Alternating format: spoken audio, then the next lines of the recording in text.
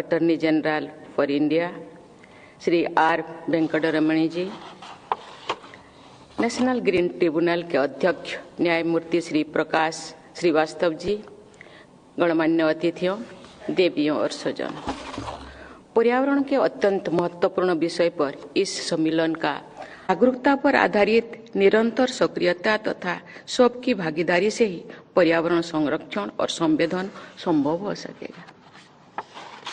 न्यायाधीशगण एवं विधिवेत्ताओं के साथ साथ अन्य क्षेत्रों में सक्रिय लोगों की भागीदारी इस सम्मेलन को और अधिक उपयोगी बनाएगी। विद्यार्थियों को इस सम्मेलन में शामिल करने के लिए मैं आप सबकी विशेष सराहना करती हूँ। हमारे बच्चों और युवा पीढ़ी के इन्वायरमेंटल ट्रांजिशन का और अधिक व्यापक स्तर पर मनाना, सम्मान करना तथा योगदान भी देना है। हर परिवार के बड़े लोग इस बात को लेकर चिंतित रहते हैं कि बच्चे किस स्कूल या कॉलेज में पढ़ेंगे, क्या करियर चुनेंगे। ये चिंता ठीक भी है, लेकिन हम सबको ये भी सोचना चाहिए कि हमारे बच्चे कैसी हवा में सांस लेंगे, उन्हें कैसा पानी, पीने का पानी मिलेगा, उन्हें चिड़ियों के मधुर आवाज सुनने को मिलेगा या नहीं, वे हरे भरे जंगलों की सुंदरता का अनुभव कर पाएंगे या नहीं। ऐसे सवालों से जुड़े विषयों पर इस सम्मेलन का ये गहन विचार करने का ये आयोजन है। यानी इस सम्मेलन के विषय हमारे देशवासियों को और पूरे मानवता के जीवन, स्वास्थ्य और भविष्य से जुड़े हुए इस विषयों के आर्थिक, सामाजिक और वैज्ञानिक पक्षों को भी, लेकिन सबसे महत्वपूर्ण बात है कि इस सभी विषयों से जुड़े चुनौतियों का नैतिक पक्ष भी है। ये हमारे नैतिक दायित्व है कि आने वाली पीढ़ियों के लिए हम स्वच्छ पर्यावरण की विरासत प्रदान करें। इसके लिए हमें पर्यावरण के प्रति सचेत, संवेदनशील जीवन शैली अपनानी होगी, ताकि पर्यावरण का संरक्षण तो होएगा ही, इसके अलावा उसका संवर्धन भी हो तथा पर्यावरण और अधिक जीवंत बन सके। स्वच्छ पर्यावरण की विरासत और आधुनिक विकास का समन्वय करना एक अवसर भी है और हम लोगों के सामने चुनौती भी है। स्वच्छ पर्यावरण हमारा दैनिक जीवन और स्वास्थ्य के लिए कितना जरूरी है, ये हम सब जानते हैं। धूल और धुएं होने वाले वायु प्रदूषण का फेफड़ों पर बुरा असर पड़ता है। अनेक अध्ययन ये बताते हैं कि वायु प्रदूषण से लाइफ एक्सपेक्टेंसी पर विपरीत प्रभाव पड़ता है। पर्यावरण की स्वच्छता के लिए हर संभव प्रयास करके ही हम सब स्वस्थ और समृद्ध भारत का निर्माण कर सकते हैं। देवियों और स्वजनों, स्वच्छ पर्यावरण की विरासत हमारे पूर्वजों ने हमें प्रदान की थी।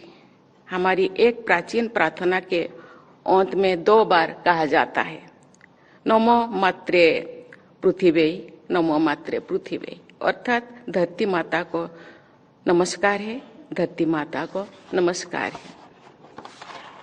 धरती माता के प्रति बार बार सम्मान व्यक्त करने की इस भावना के पीछे हमारे भारतीय जीवन मूल्य है। हमारी मान्यता रही है कि प्रकृति माँ की तरह हमारे पोषण करती है और हम प्रकृति का सम्मान एवं संरक्षण करने की आवश्यकता है। विकास की भारतीय विरासत का आधार पोषण है, शोषण नहीं, संरक्षण है, उन्मूलन नहीं। इसी विरासत के अनुरूप हम विकसित भारत की दिशा में आगे बढ़ना चाहिए। पिछले दशक के दौरान भारत ने अंतर्राष्ट्रीय समझौतों के अनुसार तय किए गए नेशनलिटी डिटरमाइंड कंट्रीब्यूशंस को समय से पहले पूरा करने की अनेक उदाहरण प्रस्तुत किए हैं। इसके लिए मैं भारत सरकार, विशेषकर पर्यावरण मंत्रालय, राज्य सरकार, सभी स्टेक होल्डर्स तथा देशवासियों की सराहना करती हूँ। देवियों और स्वजनों, नेशनल ग्रीन ट्रिब्यूनल ने हमारे देश के एनवायरमेंटल गवर्नेंस में महत्वपूर्ण भूमिका निभाई है।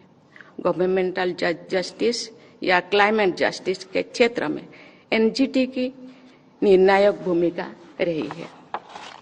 एनजीटी ने जो ऐतिहासिक निर्णय लिए हैं, उनका व्यापक प्रभाव हमारे जीवन, हमारे स्वास्थ्य तथा हमारी धरती के भविष्य से जुड़ा हुआ है। इस अमूल्य योगदान के लिए एनजीटी के पूर्व एवं वर्तमान अध्यक्ष तथा इस ट्रिब्यूनल के प्रिंसिपल बेंच तथा जोनल बेंचेस में कार्यरत सभी लोग प्रशंसा के पात्र हैं। मेरे जीवन का बहुत बड़ा हिस्सा ग्रामीण परिवेश में ही बीता है। हरियाली, पेड़ पौधे, पशु पक्षियां और नदी नालियां के बीच जिस जिले से मैं आती हूँ, वहाँ सिमलीपाल बायोस्फीयर रिजर्व है। मैं कुछ कहने से पहले मैं जिंदगी का कुछ यादें आपके सामने रखना चाहूंगी। आप जानते हैं मैं एक गांव से आती हूँ। हरियाली, शुरू से ही मैं हरियाली से परिचित थी। मैं जब छोटी थी, मेरे पिताजी ने, क्योंकि हम लोगों के पास कोई साधन नहीं था, लकड़ी से हम खाना बनाते थे। सूखे लकड़ी पिता माता चुन के लाते थे, आके फिर उसको घर पे भी उसको काटते थे, जलाने लायक बनाते थे। मैं रोज देखती थी। मेरे मन में प्रश्न उठता था, ये तो लाते थे यहाँ पर, क्यों फिर ये लकड़ी को चोट देते थे।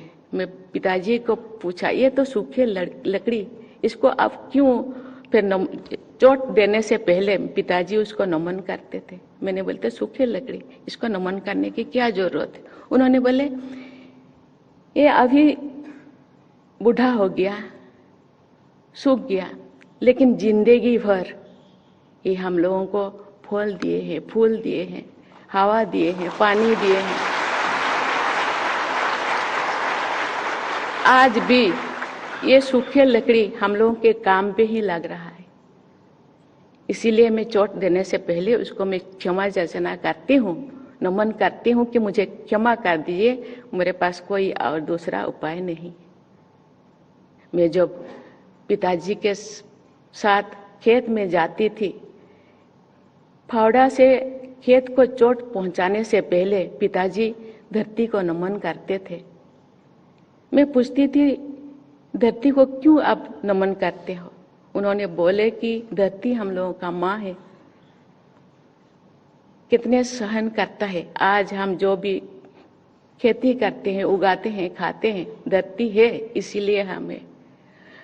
इसके अलावा धरती के नीचे बहुत सारे कीड़े मकोड़ा रहते हैं, मेरे चोट पहुंचाने से वो भी मर जाएंगे, इसीलिए उसके पहले मैं क्षमा याचना करती हूँ। कभी कभी मैं अभी जाती हूँ रोड पे, तो कभी मैं देखती हूँ कि बहुत सारे छोटे छोटे पहाड़ अभी गायब हो गया है, नहीं है। मैं लोगों से पूछती हूँ कि ये पहाड़ कहाँ गया। नहीं, ये बहुत सारे तोड़ा गया है, बहुत सारे काम में लगा गया है। बहुत लोग मुझे पूछते हैं, मैडम हम मॉडर्न युग में जीते हैं, विज्ञान युग में जीते हैं, हम कहाँ से कहाँ पहुँच गए हैं। जिस चीज को हम बनाए नहीं, जिस चीज को बना नहीं पाते, उसको तोड़ते क्यों। पत्थर को आप बना सकते हैं। उस दिन में मेरे मन में जो वो लोग क्वेश्चन किए थे, मैं आंसर नहीं दे पाई। मुझे लगता है आज इस तरह के कॉन्फ्रेंस में उस तरह के आंसर को हम ढूंढे, क्योंकि जिस चीज को हम बना नहीं सकते, हम दूसरे कोई ऐसी चीजें ढूंढे कि जो हम लोगों का आवश्यकता चीजें है उसको हम भरपाई कर सके, विकास भी हो और विनाश को भी रोका जाए।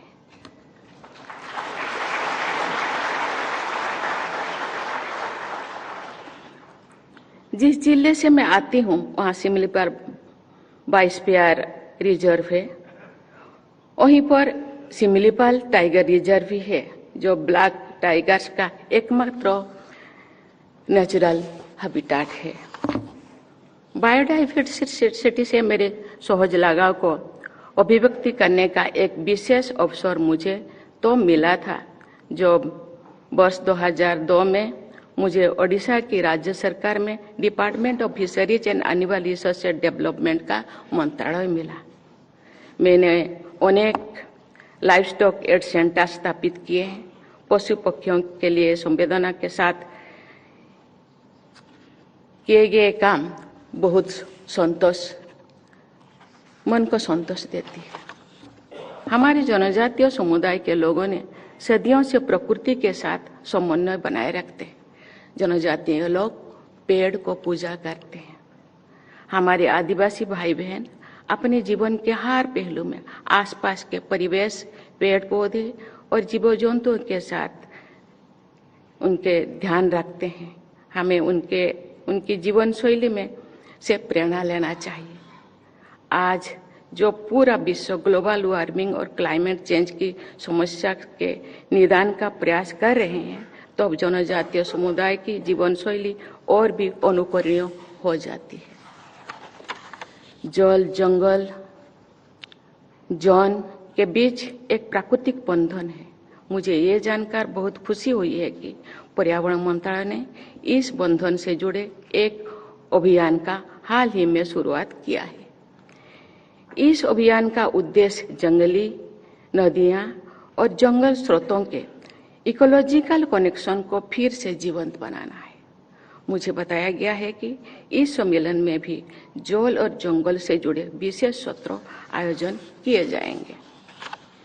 एनजीटी हमारे एनवायरमेंट एडजुडिकेटरी सिस्टम का अत्यंत महत्वपूर्ण अंग है। हमारे एनवायरमेंट मैनेजमेंट इकोसिस्टम से जुड़े सभी संस्थानों को तथा सभी देशवासियों को पर्यावरण संरक्षण और संवर्धन के लिए निरंतर प्रयासरत रहना चाहिए।